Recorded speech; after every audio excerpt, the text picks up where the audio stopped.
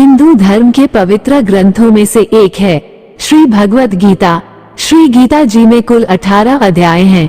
हर अध्याय से व्यक्ति अपने जीवन की कई समस्याओं का समाधान पा सकता है। गीता में हम आज जानते हैं गीता के दूसरे अध्याय का महत्व और लाभ। श्रीमद् भगवद गीता के जरिए व्यक्ति अपने जीवन की कई समस्याओं का हल खोज सकता है। दरअसल गीता में महाभारत युद्ध के दौरान कुरुक्षेत्र में भगवान श्री कृष्ण जी ने जो उपदेश दिए थे वो सभी गीता में बताए गए हैं। श्रीमद् भगवद गीता पवित्र ग्रंथों में से एक है। गीता में ज्ञान, भक्ति और कर्म योग को बहुत ही अच्छे ढंग से समझाया गया है।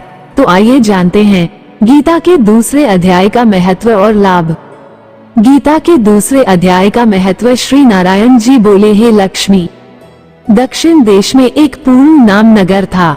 वहाँ एक देव सुशर्मा बड़ा धनवान रहता था। वो साधु सेवा करता था। जब साधु सेवा करते हुए बहुत दिन बीते तब एक बाल नाम ब्रह्मचारी आया जिसकी सुशर्मा ने बहुत सेवा की और विनय किया कि हे संत जी, कृपा मुझे श्री नारायण जी को पाने का ज्ञानोपदेश करो। तब ब्रह्मचारी बोले, मैं तुझे गीता के दूसरे अध्याय का पाठ सुनाता हूँ।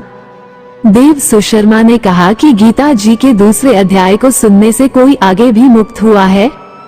बाल ने कहा, मैं तुझे प्राचीन कथा सुनाता हूँ। एक आयाली वन में बकरियां चराता था और मैं वहाँ भजन करता था। एक दिन रात के समय अयाली बकरी लेकर घर को चला। मार्ग में एक सिंह बैठा था। एक बकरी सबसे आगे आती देखकर सिंह भाग गया। तब अयाली ये देख बड़ा आश्चर्यचकित हुआ और मैं भी वहाँ आ खड़ा हुआ। उस चरवाहे ने मुझे देखकर कहा, मैंने यह आश्चर्य देखा कि बकरी को देखकर शेर डरकर भाग गया, अतः तुम त्रिकालज्ञ हो, यह वृतांत मुझे सुनाओ। संत ने कहा, हे अयाली, मैं तुझे एक पिछली वार्ता सुनाता हूँ। ये बकरी पिछले जन्म में डायन थी। जब उसका पति मर गया तब ये बड़ी डायन हो गई। जिस सुंदर बच्चे को देखती उसे ही खा लेती थी। शेर पिछले जन्म में फंदक था। वो पक्षी पकड़ने के लिए जंगल में गया। ये डायन भी वहां पहुंच गई। डायन ने उस फंदक को खा लिया। अब ये फंदक बन गया है, इसलिए बकरी को देखकर उसे लगा कि वो अब भी मुझे खाने आ रही है।